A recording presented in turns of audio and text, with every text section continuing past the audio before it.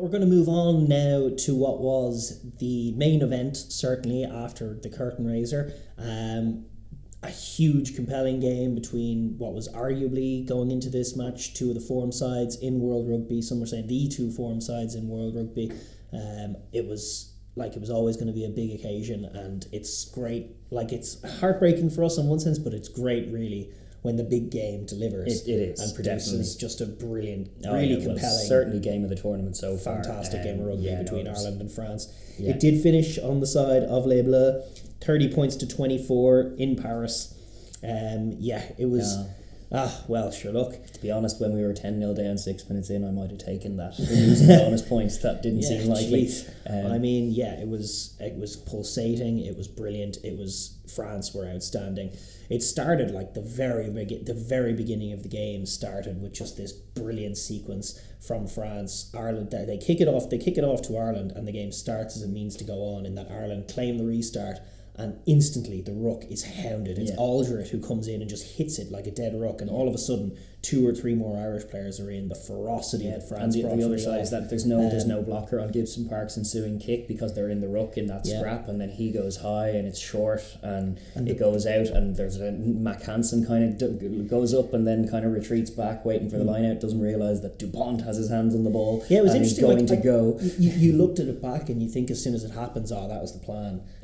But actually it was a little more freeform than that, in that the kick went out and Dupont was there, and the ball just takes a bounce off the top of it and goes right to him. He's like, and he looks up and Entomac calls for it and he passes it, and Jaminet has his back turned. Like, this is why I'm not sure it was a plan. Jaminet's not even looking. He's kind of away with the fairies, and then he looks up and sees Entomac has it and works his hole off to run a tracking line outside of Villiers, that they flash it to the open side, and he works his hole off, opens up that space on the outside, and then allows Villiers to make a cut line, gain a bit of ground, and instantly they have Ireland disoriented. I mean, if you watch it back, like, it's the more things change, the more they stay the same, in the sense that it was the classic one. It wasn't a line out, but it was a throw in, and it was, you work it to the open side, and Ireland come beelining for that side, and then all of a sudden you move it right back, sweeping across the pitch, and Gary Ringrose, Bundy Aki, Josh van der Fleer, Ireland's 3 main midfield defenders, were all trapped on the right edge with Pinot and Villiers,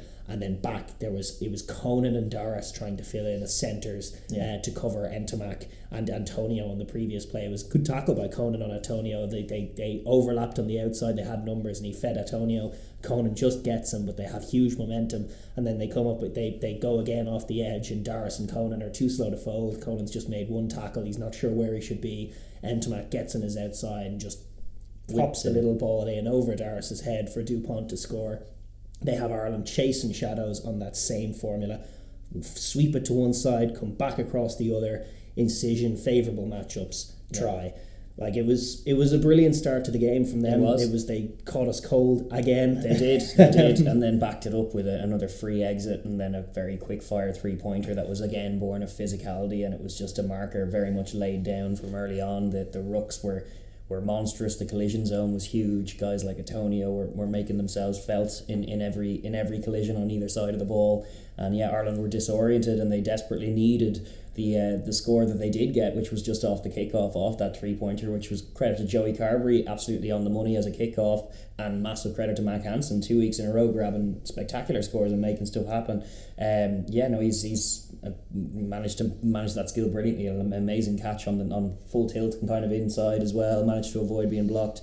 And another sweet strike from Joey Carberry to convert that score to bring it back to 10-7 was key. The kickoff, that couldn't be more perfect. And he had a few of them, but that one was just a peach, right over the pod of forwards, that just in an unrealistic position for the forward pod to catch, leaving Pinot and Jaminet uncertain, and then Mac Hansen running into that space and plucking it. It was great. Love a cheap score like that. Desperately needed a cheap score in France in that opening half, because but what played out in that half for me was a Shaun Edwards masterclass. I mean, this was, I had a bad feeling listening to him talk. Like, because this man has done this to Ireland in particular so many times in the past, and he you could hear in his voice and there was a focus and drive. Nothing gets him giddier than having like a well touted brand new offense that's high flying come to town and have to take on your team. He just loves that so much. So he was giddy with excitement to try and shut us down, and boy did he. I mean the 10 points that came, like obviously it's born of the physicality, but again there was the little spy of Dupont. Flying on the edge. He's the guy who puts Daragh under pressure for the drop, and then they go down the field, and that's where they get the penalty from. But it proceeds like that. I thought Gael Ficou as well. Like what a weapon for Edwards this guy is, because he's got such a read on the game. He was shutting down things. He tortured Daragh on another play. Actually flew up from the 13 channel and caused another spill by Daragh. And the other two really, from a defensive point of view and a physicality point of view, Antonio and Willemse were extraordinary. They really were extraordinary. I mean, there was one in particular when Ireland were setting a maul up. It was a clean line-out ball and Ireland were setting a maul up. And just as they were setting it up, Willemse comes in there, barnstorms, destroys them all, sends a guy to the floor, holds his feet and gets a jackal. And he's just single-handedly sent the high-flying Irish pack flying in different directions. I mean, he was... Like, you're starting to think he's one that South Africa let go, and it's as good as South African pack is. Like, this guy's he's playing at a very, very high level right now. For the last couple of years he has been. He's very, very powerful and now dynamic with it. And they're all a little bit fitter than they had been. They're more focused as a team, as a collective. But that first half ultimately just was them edging away. And they did kick trees. Maybe they could have buried the game sooner if they'd put their foot in the throat and kicked the corner and gone with the likes of Willem, so you don't know. But they did manage to still just put the squeeze on Ireland and make the pack look very The funny raggedy. thing is, it wasn't the offence. Like, it really wasn't. And outside of that opening power play set, it was mostly the defence.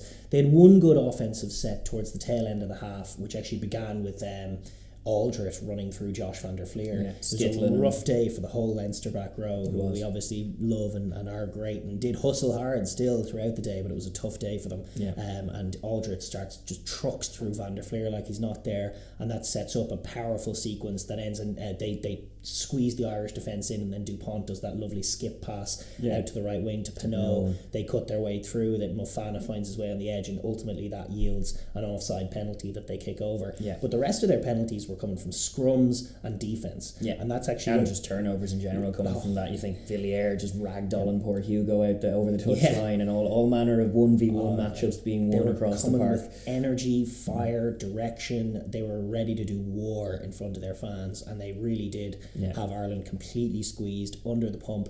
I mean, after 20 minutes or so, Ireland were still trying steadfastly to do some stuff on offence in that opening 20 minutes. Like, Conan got his way to the edge. They were trying to move the ball. It was just a little futile because they were losing collisions. They were getting smacked. France were getting the read on where they were going. And even just without Sexton there, it lacked that same direction, that same speed and ability to fold and bring width. And they were eating it alive. And after about 20 minutes, you could see Ireland became a kicking offence. And it stopped. They sat back in the pocket and they basically couldn't really get things going. And there was actually a sad moment as well when they worked a good first phase through Bundy Aki. They managed to isolate Aki 1-on-1 v Entomac, and Aki trucked him, and they got quick momentum. And then off the second phase, it was a hit up, just one out from Gibson Park, and then the third phase was a hit up, one out from Gibson Park that was stolen by Gelange, and that was like they're disoriented, they're breaking. This is bad stuff going on. France have them completely reeling, and that was the tail of that first half. I mean, it could have been any score. They were all over Ireland. They really were beating the crap out of them. They were, and thank goodness it didn't end with the halftime whistle, because actually the first score of the second half came from another penalty. They managed to push it out. Enough one. It was a bit harsh. I think it was Conway was pinned, wasn't it? Yeah, it was for being offside from a box kick. It was a little harsh on him, but it's still, the net result was the same. Jaminet slotting it from an acute angle, and then 22-7. But from there, a lovely patch of play that showed resilience and defiance, and a bit of the improvements that we know this Ireland side have made. When you even just look back on the last time they've visited Paris, this France team have been a bit of a bogey team for this Ireland team for the last 3 years. It's 0-3 in the last 3 years against them, including a trip to Paris that we had notions of winning a tournament with and got absolutely pumped. And the first half looked similar. The opening stanzas looked similar, where we're like, oh no. But the response was worse in that previous game than it was here. And like, even down to things like the performance of Joey Carber, you're right to say, like, Sexton does give a little bit more direction, sure, but I thought he was very good. I thought he was flat to the line. Considering, because Whiskey like the pack were getting monstered, and the ruck speed was not as quick as it was against Wales, which it was never going to be because that was lightning, but it was just also inconsistent because they were like France were barnstorming into seemingly dead rucks and hitting them with 2 or 3 men and blasting them back open again, and like people were trying to time runs off it, and you didn't know when Whiskey was going to be able to wrestle it away. And Carberry actually executed most things very, very well, had a very calm, assured performance. And like the only reason I was highlighting the absence of Sexton is just because when Sexton's there, he's sort of the communicator in chief, where he barks at the pack and gets them into position, and they're very quick to fold into position when Sexton's there. And like obviously it's just different when you're losing collisions, and that's certainly a part of it. But I thought that Carberry's not that kind of communicator, and the pack needed to give him a dig out. And in the first half, it wasn't working, happening. And it was sloppy, and Gael Ficou and the French pack were just destroying them on the defensive end. So it was tough for him. But no, you're right. He stayed wonderfully composed, and the halftime adjustments that Ireland made were great. I mean, first of all, just the opening score that they got. The hustle from Andrew Porter, who just never stopped working. I mean, he was getting beaten up at the scrum. That powerful right-hand side of the scrum with Antonio and Willems up against Andrew Porter and a lock in Tadhg Beirne. Like, that's a problem that Ireland are going to have to look at for these big packs. He can't scrummage in the lock position. He's a back row forward. And I think Big Ian Henderson would have been the wiser call because of that, because you could just see there was no power coming from the engine room. So Porter was getting beaten up, not winning his battles, and he comes in with a brilliant jackal steal off the kick out. They go to the corner totally correctly and get a nice cheap maul try. It was actually great work from James Ryan and Daragh off that line out to open up the space for Josh van der Fleer, and it's a nice Van der Fleer did well to take it as well. Another defiant, because he had been beaten up as well in a few contacts, but a bit of defiance and a bit of speed and hustle, which is what it's always got to be about against the big teams, is a bit of speed and hustle in those moments. And grabbed a very quick try and then came again. What I loved was the next sequence. That was my favourite because it showed the adjustment. They take the restart, and France have been flying up, and Furlong and these guys have no space, and so they go Carberry basically sitting in the pocket, ready to kick an exit seemingly, takes the ball, and he has the usual pot of forwards instead of on his inside, on his outside, and he feeds Tadhg Furlong. He's got a forward either side, and they're way deep off the line, and Furlong brilliantly, like for a forward to just be as savvy, as smart as he is in terms of straightening the line and committing defenders, just plays it perfectly. But I just loved that they adjusted enough to sit deep and negate the French blitz defence getting in their faces, sit really deep, and the French defence was a little uncoordinated, and it was actually Aldred who made the mistake to bite in on the outside man from Furlong, and he, as he always does, times the ball out the back to perfection, and then all of a sudden Hugo Keenan is through a hole 40 metres down the field, and Ireland are going again, and they get a penalty which they can then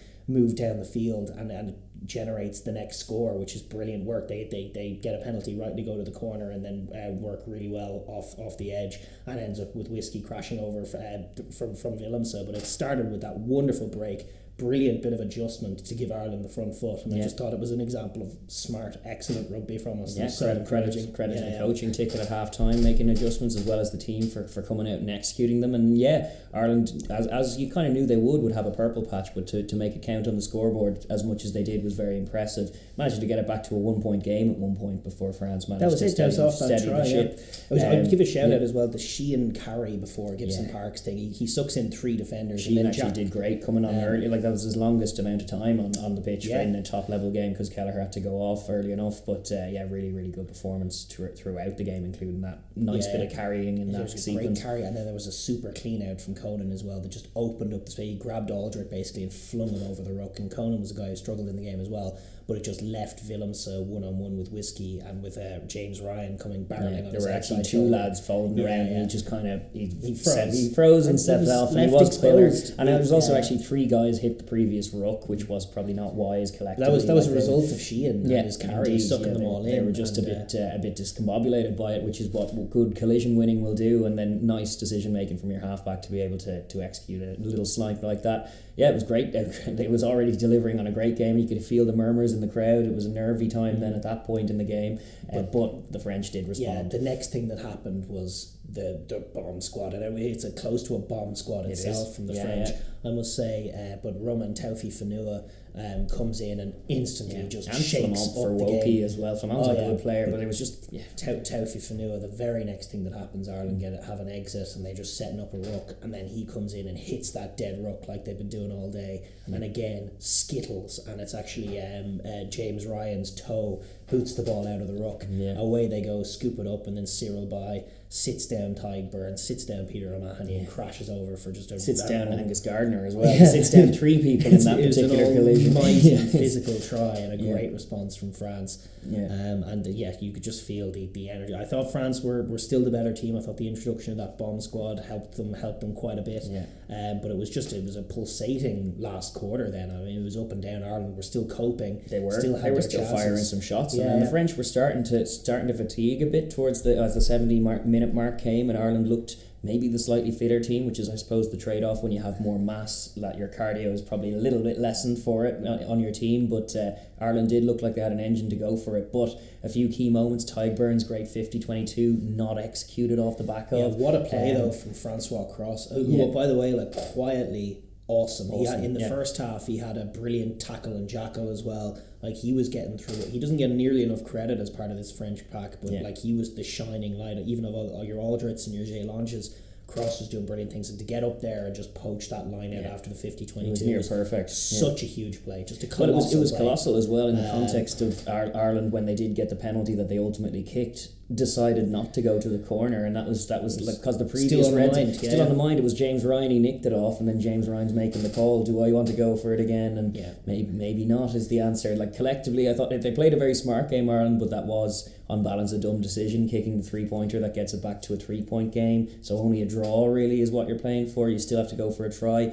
And it's not like we were citing it even in autumn when we did beat the All Blacks, that when the All Blacks relented and didn't score their try and then ended up kicking a 3-pointer, that before he'd even kicked the conversion or kicked the 3-pointer over, the fields of Athenry was reverberating around the stadium as the whole crowd knows that's not a wise call. And it was the same here. 2 minutes later after that 3-pointer, the Marseillaise. It was about 30 seconds later, the Marseillaise breaks out, and Ireland never get close to being back in that position again. It's sort of like, just the way the game was going, it was taking a lot of work to get that red zone. The other side of it is, like, if they execute it, even if they don't convert and it's a miss, they bank at 4 try bonus point if they score a try off that, even if they don't make the conversion. So it was not really clear decision making, but it was the 73rd minute, and they had been beaten up for large parts of it. And guys like Peter O'Mahony had come in and gone straight off, because of that collision with Cyril By. And it was just a little bit strained on the leadership. But those are the moments that it comes down to, and France ultimately would go on to be deserving winners from there. Well, it was a great response to that sequence, because it was a good sequence from Ireland that led to that penalty. They were getting good momentum. France give up the pen. Like, it was definitely good, and that was the moment to go to the corner. They had France reeling a little bit, and when they didn't do that, the response from France was predictably brilliant. It was probably their third really excellent offensive sequence of the game. You had the try to open the game, the one that led to the 3-pointer with the Dupont pass to Pinot towards the tail end of the first half, and then you had this one which begins with Gail Ficou again, the master of everything, the little chip over the top that's regathered, and then from there they actually just do a brilliant job of just pumping down the same channel, and it's like ruck avoidance. That always causes Ireland problems, but it's literally they work in about 5 metres of space. Powerful carry before I'm down, I'm offloading it, powerful carry, and again it's poor Daragh who relents, and he just had a really tough day, and ended up on the wrong keep stepping up and getting up and going in for collisions, but he lost nearly every one of them. He ended up on the wrong side of the ruck, not moving, gets called, and then instantly from that barrage down one channel they flash it out and they've numbers, and Jaminet cuts a beautiful line, and you think for all money, like, it's Cian Healy in front of him who he burns effortlessly, and Sheehan running around him, like, it's just a try. It looks for all money like a try, and Dan Sheehan and what a play. That's the kind of plays that I was highlighting. Bowden Barrett's very good at those plays, but Bowden Barrett. He has Bowden Barrett speed at his disposal, but he was doing that for a few things. That little hug tackle that wraps you around. I don't think I watched it back. There was people saying it should have been awarded. I don't think it was a try. It was a good bear hug. It's a very technical. It's a very tough skill to do on the run and to cover the ground first to make it there for Jaminet, but also to be able to belly roll him up and then hold him up there as well. Yeah, awesome awesome play, and they kicked 3 off, and that was the play that ultimately secured a point from this fixture. Yeah, Daragh saves the day with that. I frankly, I'm not sure how much I approve of France going for 3 in that position. No, I don't think it's good, savvy kind of tournament, macro tournament also play. Opened up potentially a door for Ireland. Like they had Ireland on reeling, and it opened up a door for Ireland to still win the game. True. Which they probably shouldn't have been in at that stage after that offensive set. But it was compelling throughout. I mean, there was constantly great plays either side. The better side won. I think like there were a few breakout performances. I think Weenie Antonio, the fact that Mohamed Houas was being picked over him at any stage was criminal, to be honest. But he's taken it to a new level. 151 kgs of him. He's a monster. Entering that upper echelon of tight head with Malherbe. Here's a question. Even with those Springboks that are mighty, have I ever seen a collective as good a display from starting props? Like just a prop display than this game. Like all four of them. You had Porter making steals despite losing his scrum battle. Cyril Bay with his awesome try. Antonio and Furlong making tight head play look just revolutionary. Furlong's second half was extraordinary. Yeah, that was an example of when world class players show that they're world class. Because when you're getting beaten up, it's all well and good when you're playing against teams you're physically dominant, but for him to come back strong, and particularly in the sequence in the run up to Gibson Park's try, off that line out, he had a monster carry as well, where I think he sat down. I think it was Julian Marchand just sat him down and then bustled his way through. He was so instrumental. He had so many touches in that whole sequence that led up to that Gibson Park try.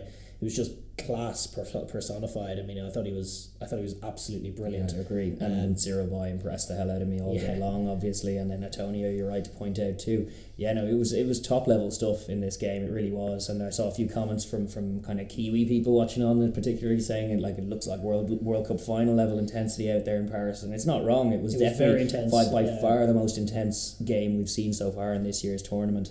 And it looked like the form sides going in, which is what it was billed as, and the home side gets the win, which has been a theme. It is in those fine margins, it does give you that extra bit of energy, but I thought the fight back from Ireland was what made it the great game that it ultimately was, because that was a thrilling comeback and it led to a thrilling end as well, and just unfortunate for us to end up on the wrong side of it, but I'll take it, to be honest. I will. Oh, it was big. It was big. I mean, the big challenge from France, because France are looking all kinds of legit now, aren't they? That was a superb performance, and the test for them, as the test was for us, the test for them is now to go and replicate it on the road, because it was reliant on a lot of energy, and when they lost that energy, their sides counted against them. Yes. Because they were a little flat-footed, and you could see Ireland were able to make breaks. They actually had some kind of speed advantages on the inside. Yeah, particularly the forward pack. Yeah, exactly. And so sides like Scotland and Wales could cause them problems if they don't bring that same marauding Shaun Edwards energy, which they're going to need to open these teams up. So to deliver that at home in front of a raucous Parisian crowd is one thing, but actually to go over and do it away in Murrayfield, that's part two of their campaign. They've had the first two rounds at home, and they are sitting atop the table with it. They've got to win this tournament. They've got to win. They put themselves in a great position to do it now. That team playing like that, then nobody's playing close to that level, apart from maybe Ireland. But they beat them away. Ireland. They've seen off that challenge. Yeah. They haven't won anything. They have England at home on the last day. They have it's those two. It's the Welsh and Scottish problems that they need to solve now. They've got to go and win this tournament, France. They put themselves in the position. They got to go do it, and that's the challenge for them. Frankly, I'm not sure if I bet against them. I think I backed them. I think they look hungry as hell. You think it might be time? I think it might be time. Yeah, I think they're winning me over. They look good. All right, they definitely look good. So congratulations to France. Les Bleus absolutely dominant in that, but. Les Verts with a few shots fired, I'll take that one. It was a thrilling game of the tournament so far. Stuff. Yeah, brilliant stuff.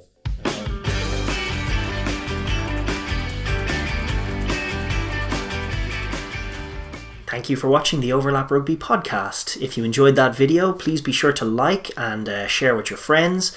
And if you'd like to hear more of what we have to say, please be sure to subscribe and click that bell so you get notified when we upload our videos. And please join the comment section as well. We like to get a fun conversation going here.